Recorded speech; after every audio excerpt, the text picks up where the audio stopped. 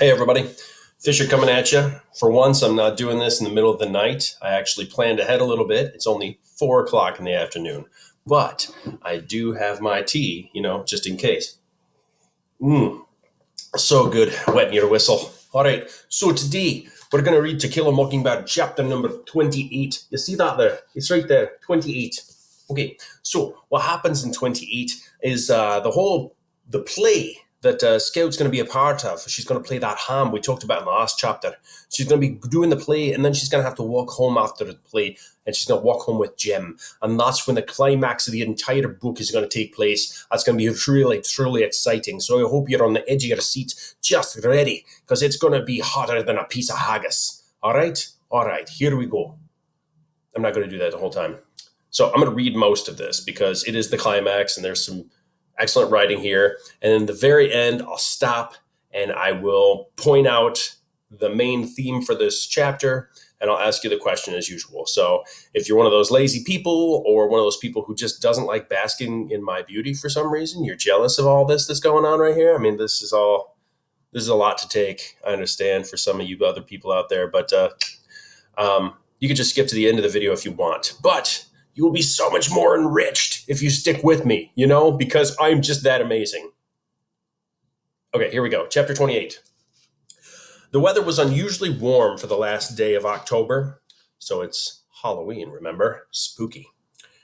We didn't even need jackets. The wind was growing stronger, and Jem said it might be raining before we got home. There was no moon. Ooh, a dark and cloudy night.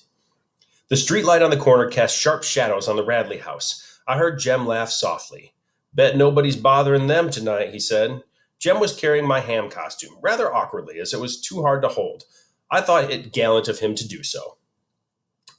It's a scary place, though, ain't it? I said. Boo doesn't mean anybody any harm, but I'm right glad you're along. You know Atticus wouldn't let you go to the schoolhouse by yourself, said Jem. Don't see why. It's just around the corner and across the yard. That yard's a mighty long place for little girls to cross at night, Jem teased. Ain't you scared of haints? So, ghosts. We laughed. Haints, hot steams, incantations, secret signs had vanished with our years as mist with sunrise. What was that old thing Jem said? Angel bright, life and death, get off the road, don't suck my breath. Cut it out now, I said. We were in front of the Radley place. Jem said, Boo must not be home. Listen. So you can see that both of our characters have grown up quite a bit during the course of this story.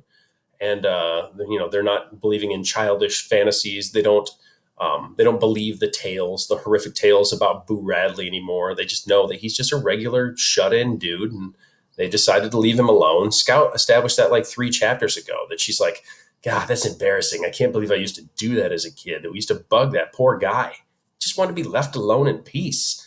Well, now they're much more empathetic. They're not egocentric. Little kids are egocentric. They believe that this is the entire world. It revolves around them. Some of us never grow out of that, but they believe that the world revolves around them when they're little. And then as we start to grow up and we start to develop more empathy for our fellow man and woman, child, what have you, we start to realize that the world is a bigger place and a better place, but also more dangerous in some ways. Those fictitious dangers like ghosts and goblins and the darkness don't scare us as much as people. Because remember, people are neither good nor bad, but they can be both good and bad. And some of them are very good, and some of them are very, very bad. Spoiler alert. Okay, where are we at here? High above us in the darkness, a solitary mocker poured out his repertoire in blissful unawareness of whose tree he sat in, plunging from a shrill kee of the sunflower bird to the irascible quack quack of a blue jay. I guess that's not really a quack quack if it's a blue jay. They make kind of a weird, I'm not even going to try it. I don't even know what a blue jay sounds like. They sound like somebody kicked a cat in the crotch is what they really sound like. They're kind of a pretty bird, but they sound like somebody was injured in a very personal way. They're not a songbird. But this is a mockingbird that's singing right now. So that probably means there's some serious significance to this moment in this chapter if a mockingbird is literally singing in the book To Kill a Mockingbird. Just saying. Let's see. Jem turned the corner, and I tripped on a root growing in the road. Jem tried to help me, but all he did was drop my costume in the dust. I didn't fall though. Soon we were on our way again. We turned off the road and entered the schoolyard. It was pitch black. You ever have moments where even though you're older, you still get kind of scared of the dark for no apparent reason, just because it's so dark, you don't know what's there. It's not like you're afraid of ghosts and goblins and stuff, but what's there?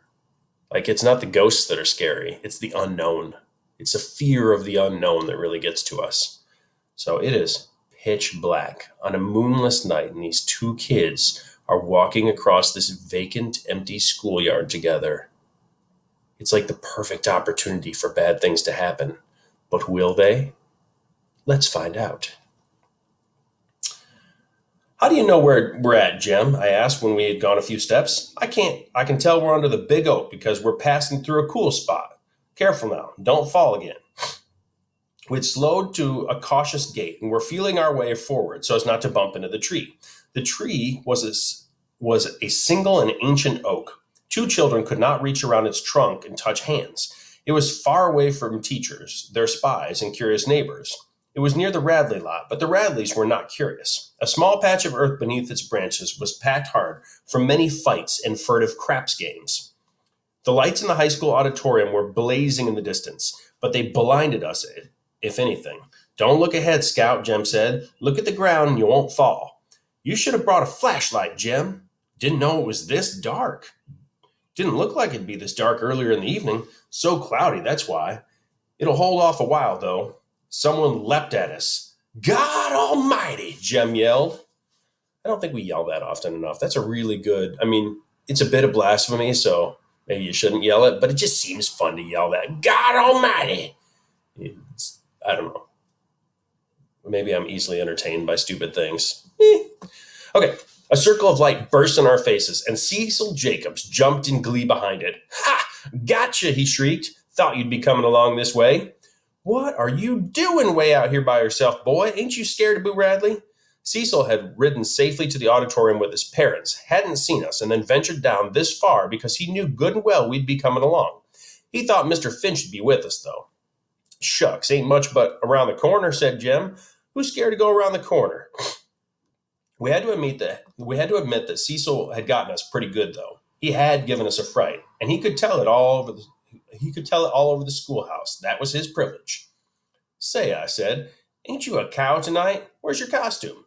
It's up behind the stage, he said. Mrs. Merriweather says the pageant ain't coming on for a while. You could put yours back on the stage by mine. Scout, we can go out with the rest of them. This was an excellent idea, Jem thought. He also thought it was a good thing that Cecil and I would be together. This way, Jem would be left to go with people his own age. When we reached the auditorium, the whole town was there, except Atticus, and the ladies worn out from decorating, and the usual outcasts and shut-ins.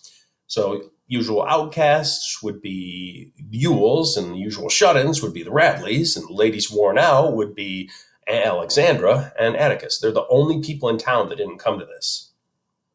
It's a little bit of child neglect, to be honest with you, but it's a different time, so what are you going to do? Oh, Jem, I forgot my money, I sighed when I saw them. I missed a section here. When we reached the auditorium, the whole town was there. Most of the county, it seemed, was there. The hall was teeming with slicked-up country people. The high school building was had a wide downstairs hallway. People milled about booths that had been installed on each side.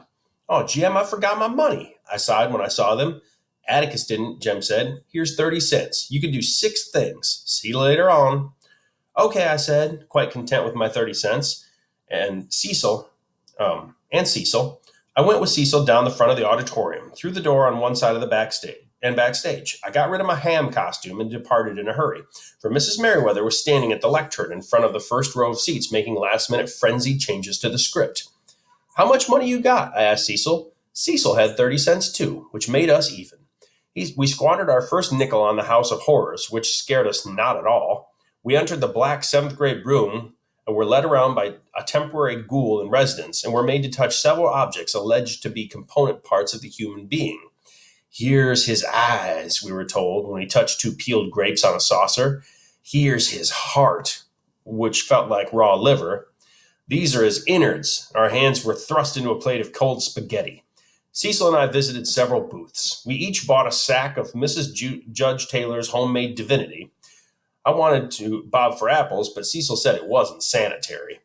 His mother said he might catch something from everybody's heads being in the same tub. Ain't anything around town now to catch, I protested, but Cecil said his mother said it was unsanitary to eat after folks. I later asked Aunt Alexander about this, and she said people who held such views were usually climbers.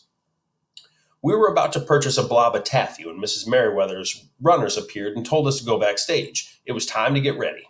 The auditorium was filled with people. The Macomb County High School band had assembled in the front and below the stage. The stage footlights were on, and the red velvet curtain rippled and billowed from the scurryings going on behind it. Backstage, Cecil and I found the narrow hallway teeming with people. Adults in homemade three-corner hats, Confederate caps, Spanish-American war hats, and World War helmets. Children dressed as various agricultural enterprises crowded around one small window. "Somebody's mashed my costume," I wailed in dismay. Mrs. Merriweather galloped to me, reshaped the chicken wire, thrust me inside of it. Mrs. Merriweather reminds me a little bit of Mrs. Demeester. If you guys know who that is, she's an English teacher, just like me, and she teaches ninth grade English. But she also teaches the drama classes, and she does the plays. And when she is in her element, when she is conducting a play or directing a play, she is just on top of everything, and also stressed out to here. But she's got an iron grip on everything going on, just like Mrs. Merriweather. Actually, Mrs. Merriweather was one of the ladies that was rude about Atticus defending a black man, I believe, now that I think about it. See? She's neither all good nor all bad. That has nothing to do with Mrs. Demeester. That's where the comparison ended. It ended with the drama, not the racism, just for the record. Not implying anything about that. I think Mrs. Demeester loves everybody. Let's see. The band played the national anthem. We heard the audience rise. Then the bass drum sounded. Mrs. Merriweather, stationed behind her lectern beside the band, said, "Macomb County ad astra per aspera." The bass drum boomed again. "That means," said Mrs. Merriweather, translating from the rustic elements, "from the mud to the stars." She added, unnecessarily it seemed to me, "a pageant." "Reckon they wouldn't know if she didn't tell 'em," whispered Cecil, who was immediately shushed. "The whole town knows it," I breathed. "But the country folks have come in," Cecil said. "Be quiet back there," a man's voice ordered, and we were silent. The bass drum went boom with every sentence Mrs. Merriweather uttered. She chanted mournfully about Macomb County being older than the state, that it was part of the Mississippi and Alabama territories, that the first white men to set foot in Virginia forest was the probate judge's great-grandfather 5 times removed. Okay, I'm going to skip a little bit ahead here because they do the play. Scout misses her scene a little bit, so she actually has to run out late and people laugh, and it drives Mrs. Merriweather crazy. And then, let's see. Okay, now they're going to leave. So I'm skipping about 2 pages. I'm all the way up on page 298. It was still black dark. The remaining cars were parked on the other side of the building. Their headlights were little help. "If some of them were going in our direction, we could see better," said Jem. "Here, Scout, let me hold on to the back of your hock." So Scout lost her dress and she lost her shoes in all the chaos. So she's still wearing the ham hock. She's in her underwear, which is not great anyway for your costume, and she's wearing the chicken wire ham outfit. And Jem's walking beside her, holding on to it like a parent would guide a child by the scruff of the neck. Okay, and they're walking back through the darkness of the schoolyard again. All right. Okay, sorry about that. I had to pause for a second. Looks like everything's running again. So Scout and Jem are making their way through the school. She's dressed as a ham. It's an interesting picture if you think about it in your mind.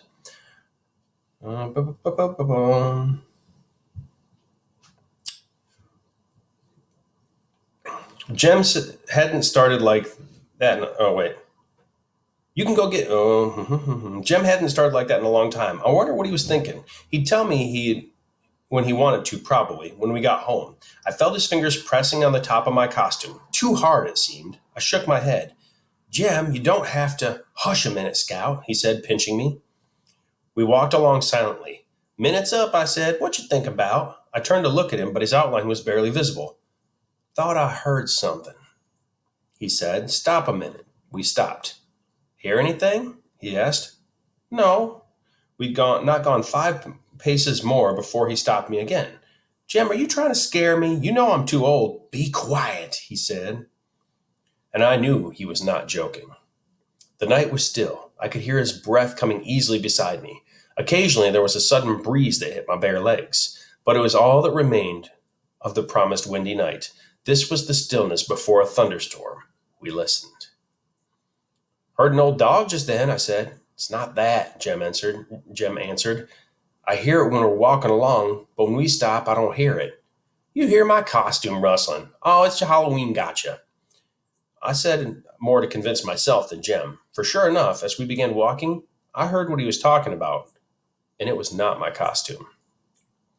It's just old Cecil, said Jem presently. He won't get us again. Let's don't let him think we're hurrying.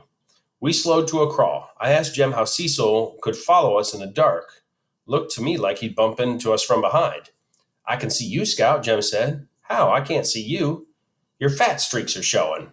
Mrs. Crenshaw painted them with some of that shiny stuff so they'd show up under footlights. I could see you pretty well, and I expect Cecil can see you well enough to keep his distance. I would show Cecil that we knew he was behind us and we were ready for him. Cecil Jacobs is a big wet hen. This is apparently an insult for her to say that. I yelled suddenly, turning around. We stopped. There was no acknowledgement, saved hen bouncing off the distant schoolhouse walls. I'll get him, said Jem. Hey, hey, hey, hey, answered the schoolhouse walls.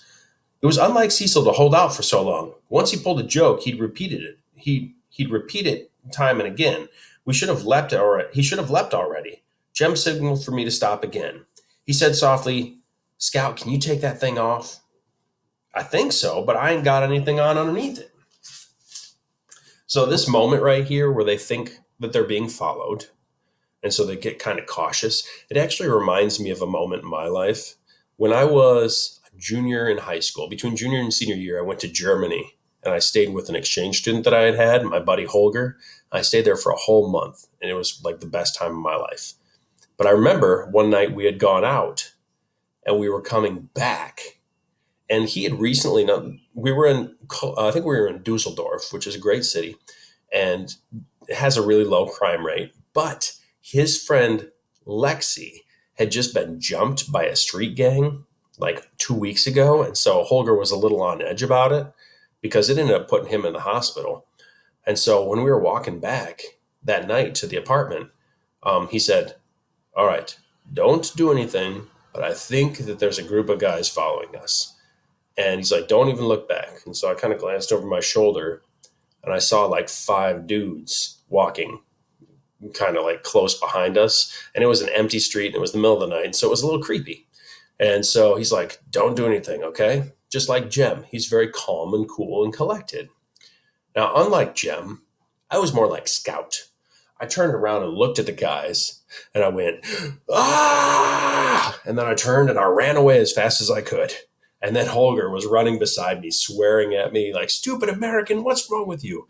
And we ran all the way back to his apartment.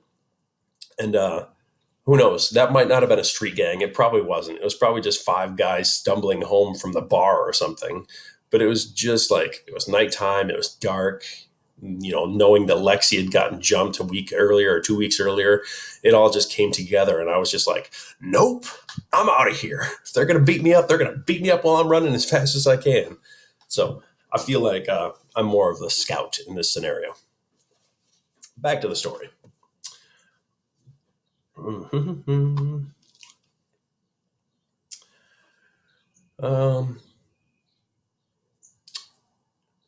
Okay, he said, never mind. Jem, are you afraid? No, think we're almost to the tree now. A few yards from that and we'll be on the road. We can see in the streetlight then. Jem was talking in unhurried, flat, toneless voice. I wondered how long he would try to keep the Cecil myth going. You reckon we ought to sing, Jem? No, be real quiet again, Scout. He had not increased our pace. Jem knew as well as I did that it was difficult to walk fast without stumping a toe, tripping on stones and other inconveniences, and I was barefoot. Maybe it was the wind rustling the trees, but there wasn't any wind and there weren't any trees except the big oak. Our company shuffled and dragged his feet, as if wearing heavy shoes. Whoever it was wore thick cotton pants that I thought were trees rustling, with the soft swish swish of cotton on cotton, whick, whick, with every step. Imagine this, though. You're out here with your brother or, one other person, a friend, whatever. It's the middle of the night. It's pitch black. And all of a sudden you realize that there's someone following you.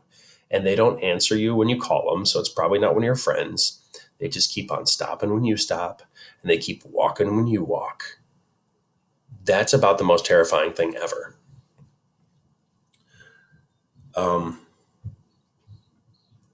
I felt the sand go cold under my feet. I knew we were near the big oak. Jem pressed my head. We stopped and listened.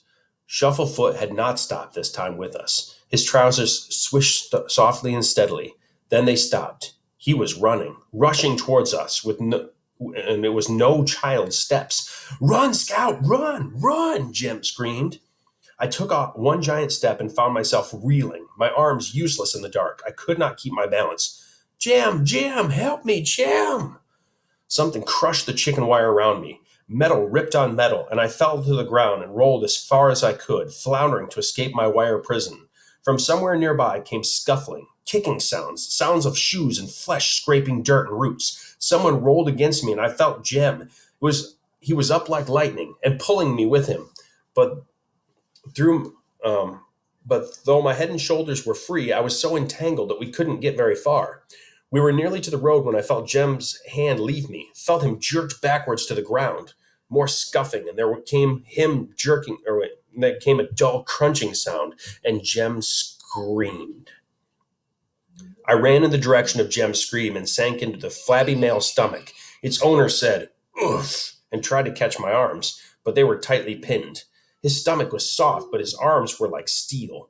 He slowly squeezed the breath out of me. I could not move. Suddenly, he was jerked backwards and flung to the ground, almost carrying me with him.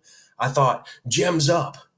One's mind works very slowly at times. Stunned, I stood there dumbly. The scuffling noises were dying. Someone wheezed, and the night was still again.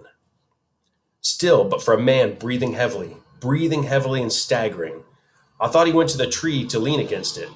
He coughed violently, and a sobbing, bone-shaking cough. Jem? There was no answer, but the man's heavy breathing. Jem! Jem didn't answer. The male began moving around, as if searching for something.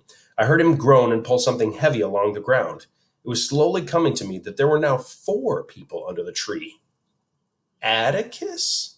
Okay, so we got Jem and Scout under the tree. Jem, there was some kind of horrible crunch and a scream, and he hasn't said anything since then. Scout can't see anything, has no idea what's going on, and some giant man attacked him and tried to kill him, or something. And now there's a 4th person under the tree, but it's not Atticus, because Atticus would have said something. The man was walking heavily and unsteadily towards the road. I went to where I thought he had been and felt frantically along the ground, reaching out my toes. Presently, I touched someone. Jem? My toes touched trousers, a belt buckle, buttons, something I could not identify, a collar, and a face. A prickled stubble on the face told me it was not Jem. I smelled stale whiskey. Now, who would smell like stale whiskey? I made my way alone in what I thought was the direction of the road. I was not sure because I had been turned around so many times. But I found it and looked down the streetlight. A man was passing under it. The man was walking with the staccato steps of someone carrying a load too heavy for him. He was going around the corner. He was carrying Jem. Jem's arm was dangling crazily in front of him. By the time I reached the corner, the man was crossing our front yard. Light from our front porch framed Atticus for an instant. He ran down the steps, and together he and the man took Jem inside. I was at the front door when they were going down the hall. Aunt Alexandra was running to meet me. "Call Dr. Reynolds!" Atticus's voice came sharply from Jem's room. "Where's Scout?" "Here she is," Aunt Alexandra called, pulling me along with her to the telephone. She tugged at me anxiously. I'm all right, Auntie. I said, you better call. She pulled the receiver from the hook and said, Eula May, get Dr. Reynolds quick. Agnes, is your father home? Oh, good. Where is he? Please tell him to come over here as soon as he comes in, please. It's urgent. There was no need for Aunt Alexandra to identify herself. People in Maycomb knew each other's voices. Atticus came out of Jem's room. The moment Aunt Alexandra broke the connection, Atticus took the receiver from her. He rattled the hook and said, Eula May, get me the sheriff, please. Heck, Atticus Finch. Someone's been after my children. Jem's hurt. Between her and here in the schoolhouse, I can't leave my boy. Run out there for me, please, and see if he's still around. Doubt if you'll find him now, but I'd like to see him if you do. Got to go now. Thanks, Heck. Atticus, is Jem dead? That's Scout. No, Scout. Look after her, sister, he called as he went down the hall. Aunt Alexandra's fingers trembled as she unwound and crushed fabric and wire from around me. Are you all right, darling? She asked over and over as she worked to free me, so she's still all wrapped up in the ham costume. It was a relief to be out. My arms were beginning to tingle, and there were red and small hexagonal marks. I rubbed them, and they felt better. Auntie, Jem's not dead, is he? No, darling, he's unconscious. We won't know how badly he's hurt until Dr. Reynolds gets here. Jean Louise, what happened? I don't know. She left it at that. She brought me something to put on, and had I thought about it then, I would never have let her forget it. In her distraction, Auntie brought me overalls. Put these on, darling, she said, handing me the garment she most despised in the world. A car stopped in front of the house. I knew Dr. Reynolds' step almost as well as my father's. He'd brought Jem and me into the world and led us through every childhood disease known to man, including the time Jem fell out of the treehouse, and he had never lost our friendship. Dr. Reynolds said if we had been boil-prone, things would have been different, but we doubted it. He came in the door and said, Good Lord. He walked towards me, said, You're still standing, and changed his course. He knew every room in the house. He also knew that if I was in bad shape, so was Jem. After 10 forevers, Dr. Reynolds returned. Is Jem dead? I asked. Far from it, he said, squatting down to me. He's got a bump on his head, just like yours, and a broken arm. Scout, look that way. No, don't turn your head, roll your eyes. Now look over yonder. He's got a bad break, so far as I can tell. Now it's in the elbow, like somebody tried to wring his arm off. Now look at me. Then he's not dead? No, Dr. Reynolds got to his feet. We can't do much tonight, he said, except try to make him as comfortable as we can. We'll have to have an x-ray of his arm. Looks like he'll be wearing his arm way out to the side for a while. Don't worry, though. He'll be as good as new. Boys his age bounce. While we were talking, Dr. Reynolds had been looking keenly at me, lightly fingering the bump on the side of my forehead. You don't feel broken anywhere, do you? Dr. Reynolds' small joke made me smile. Then you don't think he's dead, then? He put on his hat. Now, I may be wrong, of course, but I think he's very much alive. Some shows all the symptoms of it anyway. Go have a look at him yourself. I'll come back when I come back, we'll get together and decide. Dr. Reynolds' step was young and brisk. Mr. Tate's was not. His heavy boots punished the porch, and he opened the door awkwardly. But he said same thing Dr. Reynolds said when he came in. You all right, Scout? He added. He said, yes, sir. I'm going to see Jem. Atticus and them's in there. I'll go with you, said Mr. Tate. Aunt Alexandra had shaded Jem's reading light with a towel, and his room was dim. Jem was lying on his back. There was an ugly mark along one side of his face. His left arm lay out from his body. His elbow was bent slightly, but it was the wrong direction. Jem was frowning. Jem? Atticus spoke. He can't hear you, Scout. He's out like a light. He was coming around, but Dr. Reynolds put him out again. Yes, sir, I retreated. Jem's room was a large square. Aunt Alexandra was sitting in the rocking chair by the fireplace. The man who brought Jem was standing in the corner, leaning against the wall. He was some countryman I didn't know. He'd probably been at the pageant and was in the vicinity when it happened. He must have heard our screams and come running. Atticus was standing by Jem's bed. Mr. Tate stood in the doorway. His hat was in his hand, and a flashlight bulged from his pants pocket. He was in his working clothes. Come in, Heck, said Atticus. Did you find anything? I can't conceive of anyone low down enough to do a thing like this, but I hope you found him. Mr. Tate sniffed. He glanced sharply at the man in the corner, nodded to him, then looked around the room, at Jem, at Alexandra, then at Atticus. Sit down, Mr. Finch, he said pleasantly. Atticus said, Let's all sit down. Have a chair, Heck. I'll get another from the living room. Mr. Tate sat in Jem's desk chair. He waited until Atticus returned and settled himself. I wondered why Atticus had not brought a chair for the man in the corner, but Atticus knew the ways of country people far better than I. Some of his rural clients would park their long-eared steeds under our cinnaberry tree in the backyard, and Atticus would often keep appointments on the back steps. This one was probably more comfortable where he was. Mr. Finch, said Mr. Tate, tell you what I found. I found a little girl's dress. It's out there in my car. That your dress, Scout? Yes, sir. If it's a pink one with smocking. I said Mr. Tate was Mr. Tate was behaving as if he were on the witness stand. He liked to tell things his own way, untrammeled by state or defense, and sometimes it took him a while. I found some funny-looking pieces of muddy-colored cloth. That's my costume, Mr. Tate. Mr. Tate ran his hand down his thigh. He rubbed his left arm to investigated Jem's mantelpiece. Then he seemed to be interested in the fireplace. His fingers sought his long nose. What is it, Heck? Said Atticus. Mr. Tate found his nose and rubbed it. Bob Ewell is lying on the ground under that tree down yonder with a kitchen knife stuck up under his ribs. He's dead, Mr. Finch. And that's the end of the chapter. So now we know that Jem and Scout were walking home from the school. The pageant had just ended and everyone was leaving. They were on the opposite side of the school from everybody else, and somebody had followed them. At this point, it looks like it was probably Bob Ewell. And for some reason, probably because he's crazy, he decided to attack them. And somehow during his attack, Scout got crushed into her costume and couldn't get her arms out. Jem got knocked unconscious and got his arm broken. And some other person, some countryman, came to their rescue. And somebody managed to stab a kitchen knife up underneath the ribs of Mr. Ewell, which probably got him right in the heart and killed him. So he's laying under the tree dead.